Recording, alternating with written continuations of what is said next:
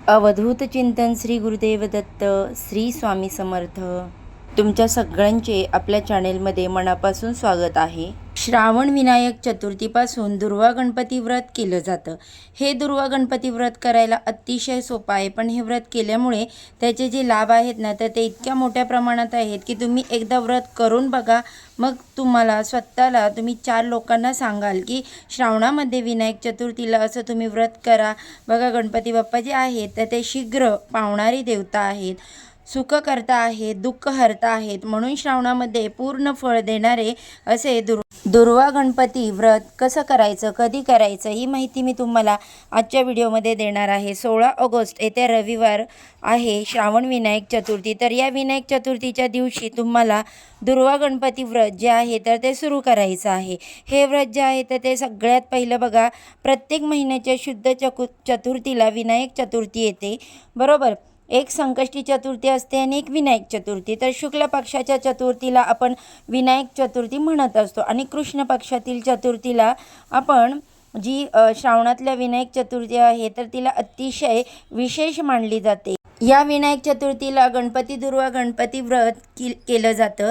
हे व्रत जे आहे ते 2, 3 किंवा 5 वर्ष केलं जातं। तुम्ही भले एवढे वर्ष नाही केलं, पण आता तुम्ही बघा ही माहिती पडली आहे तुम्हाला ह्या व्रताची, तर नक्की या वर्षी तरी तुम्ही हे व्रत जे आहे तर ते आधी जरी केलं नसेल तरी समजा तुम्हाला एवढे वर्ष नाही करायचे माहीत होतं, पण आता तुम्हाला ही माहिती पडली तर किमान या वर्षी तरी करा, तुम्हाला 100% त्याचं फळ मिळेल।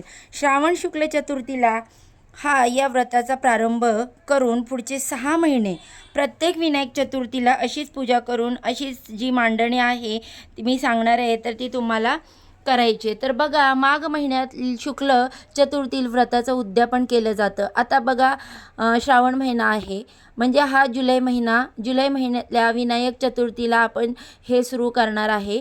श्रावण चतुर्थी विनायक चतुर्थीला, तर माघ चतुर्थी कधी येईल? जानेवारी 2026च्या विनायक चतुर्थीला मग चतुर्थी येईल, ठीक आहे। तर असे हे 6 महिने व्रत करून त्याचं मग विनायक चतुर्थीला उद्यापन करायचं असतं। आता वर्षाचं उद्यापन पण अगदी सोपं आहे। व्रताच्या उद्यापनाच्या वेळेस आपल्याला तुपामध्ये तळलेले 18 मोदक करायचे असतात। हे 18 मोदक नैवेद्य गणपती बाप्पांना दाखवून त्यातले 6 मोदक गणपती समोर ठेवायचे असतात आणि उरलेले मोदक जे आहेत तर ते आपण घरातल्या सगळ्यांनी प्रसाद म्हणून खायचे, ठीक आहे। आणि उरलेले 6 मोदक जे आहे ते स्वतः शक्यतो जो व्रत करणार आहे त्यानेच खायचे असतात। म्हणजे 6 मोदक गणपती बाप्पांना, 6 मोदक स्वतःला जो व्रत करतो आणि 6 मोदक इतर कोणाला तुम्ही घरातल्यांना प्रसाद म्हणून देऊ शकता। आणि हे व्रत जे आहे तर ते केल्यामुळे मनातल्या सगळ्या इच्छा पूर्ण होतात। अतिशय सोपं हे व्रत आहे आणि या व्रतामध्ये 6 दुर्वांप्रमाणेच गणपती बाप्पांना 6 नमस्कार, 6 प्रदक्षिणा घालणं सुद्धा महत्त्वाचं असतं। आता मी तुम्हाला सांगते की हे व्रत कसं करायचं। सगळ्यात पहिलं बघा, श्रावण विनायक चतुर्थी तुम्हाला सकाळी लवकर उठायचं आहे, आपली देवपूजा वगैरे करायची। त्यानंतर देवघरात इथेच तुम्हाला काय करायचं आहे, एका ताटामध्ये छान तांदूळ ठेवायचे आहेत, पहिले थोडेशा अक्षदा, त्यानंतर त्या पूर्ण पात्रामध्ये तुम्हाला दुर्वा पसरवायच्या आहेत। गणपती बाप्पांचा अतिशय प्रिय अशा दुर्वा असतात, दुर्वा पसरवायच्या आहेत आणि त्या दुर्वांवरती गणपती बाप्पांना ची जी मूर्ती आहे ती स्थापित करायची। प्रत्येकाच्या देवघरामध्ये गणपती बाप्पांची मूर्ती असते, पण समजा काही कारणामुळे तुमच्याकडे नाही आहे तर तुम्ही सुपारी स्वरूप सुद्धा गणपती बाप्पा स्थापित करू शकता, ठीक आहे। त्यानंतर पूजेमध्ये अगदी साध्या पद्धतीने गणपती बाप्पांना पहिले आपल्याला 11 वेळेस पाण्याने, मग 11 वेळेस दुधाने ओम गणगणपते नमः, ओम गणगणपते नमः असं म्हणत पूजा करायची। त्यानंतर त्या दुर्वा पसरलेल्या आहेत तर त्याच्यावरती बाप्पांची मूर्ती किंवा सुपारी स्वच्छ पुसून ठेवायची। गणपती बाप्पांना तुम्ही हळद, कुंकू, अक्षदा, सिंदूर अर्पण करायचा। त्यानंतर गणपती बाप्पांना प्रिय असं दुर्वा जास्वंदाचं फूल अर्पण करायचं। आगाडा, शमीपत्रसुद्धा बघा, आता श्रावण महिना आहे, सगळ्या गोष्टी मिळतात, जेवढ्या गोष्टी तुम्हाला अवेलेबल होतील त्या अर्पण करायच्या आहेत। धूप दीप ओवाळायचा आणि नैवेद्य दाखवायचा आहे। नैवेद्य दाखवून आरती करायची। गणपती बाप्पांचे जे सुख करता दुःख करता आरती आहे तर ती प्रार्थना करायची, आरती करायची। त्यानंतर मी तुम्हाला बघा सांगते तर तो मंत्र म्हणायचा आहे, गणशेखर गणाधीक्षाय गौरीपुत्र गजानन व्रतम संपूर्णताम यात तत्व प्रसाद आदी मानन, अशी प्रार्थना करायची आहे. ठीक आहे. आणि पूजेमध्ये या दुर्वा असायलाच पाहिजे. दुर्वांचं खूप महत्त्व आहे. गणपती बाप्पांना मनोभावे आपण 21 दुर्वा ची जोडी सुद्धा अर्पण करा आणि दुर्वांवर गणपती बाप्पांची मूर्ती किंवा सुपारी आपल्याला स्थापित करायची. आता बघा, हे व्रत खरं आता पाहायला गेलं तर तुम्हाला सांगितलेलं अतिशय अवघड नाही. या दिवशी उपवास करा आणि संध्याकाळी तुम्हाला बाप्पांना नैवेद्य दाखवून उपवास सोडायचे. मोदकांचा नैवेद्य तुम्हाला अर्पण करायचा. आता गणपती बाप्पांना दुर्वा अर्पण केल्याशिवाय हे व्रत जे आहे तर ते पूर्ण होत नाही. आणि दुर्वा या श्रावण महिन्यामध्ये तुम्ही बघाल तर सगळीकडे दुर्वा आलेले असतात, उगवलेले असतात. बऱ्याच ठिकाणी किंवा जिथे देवांची फुलं वगैरे मिळतात तिथून तुम्हाला मिळून जातील. आता दुर्वा गणपतीची एक छोटीशी व्रत कथा आहे तर ती मी तुम्हाला सांगते. पौराणिक कथेनुसार अनलासूर नावाचा राक्षस पृथ्वीवर सर्वांना त्रास देत होता. सर्व देवांनी भगवान गणेशांना प्रार्थना करून रक्षणाची अपेक्षा केली. रक्षणासाठी सांगितलं बाप्पांना. या राक्षसाची तुंबळ युद्ध केलेत आणि रागाच्या भरामध्ये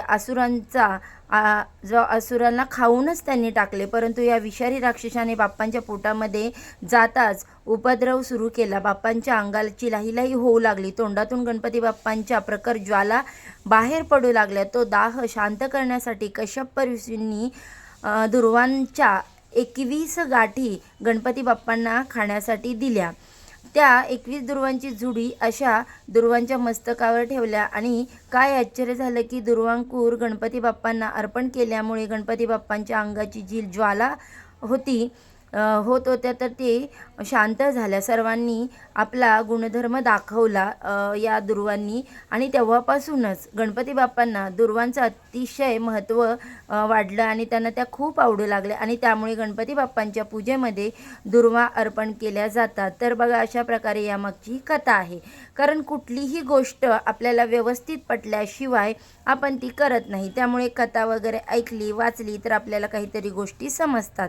आणि गणपती बाप्पांना मोदक हे अतिशय प्रिय आहे. तर त्यामुळे गणपती बाप्पांचा मोदकाचा नैवेद्य आहे तर तो आपल्याला दाखवायचं. जसं आपण इतर नैवेद्यात बघा तुळशीची पानं वगैरे ठेवतो नैवेद्यावर, पण गणपती बाप्पांना जो नैवेद्य आपल्याला पूजेमध्ये अर्पण करायचं आहे त्याच्यावर तुळशीपत्र वापरायचं नाही. तर गणपती बाप्पांच्या नैवेद्यावर तुम्हाला दुर्वा ठेवायच्या आहेत.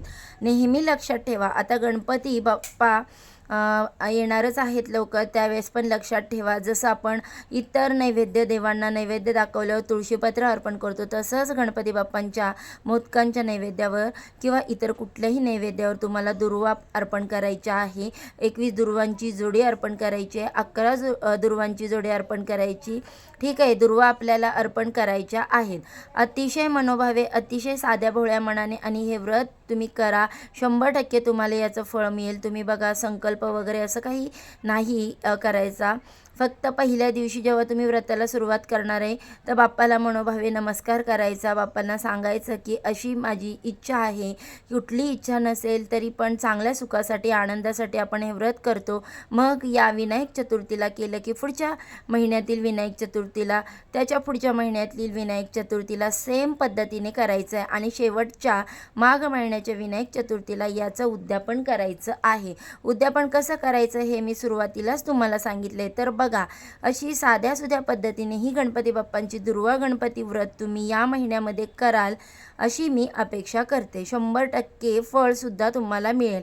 ही माहिती आणि या व्रताचे फायदे तुम्हाला आवडले असतील, पटले असतील तर व्हिडिओला लाईक करा, शेअर करा आणि आपल्या चॅनेलवरती पहिल्यांदा नवीन आला असाल तर सबस्क्राईब करा.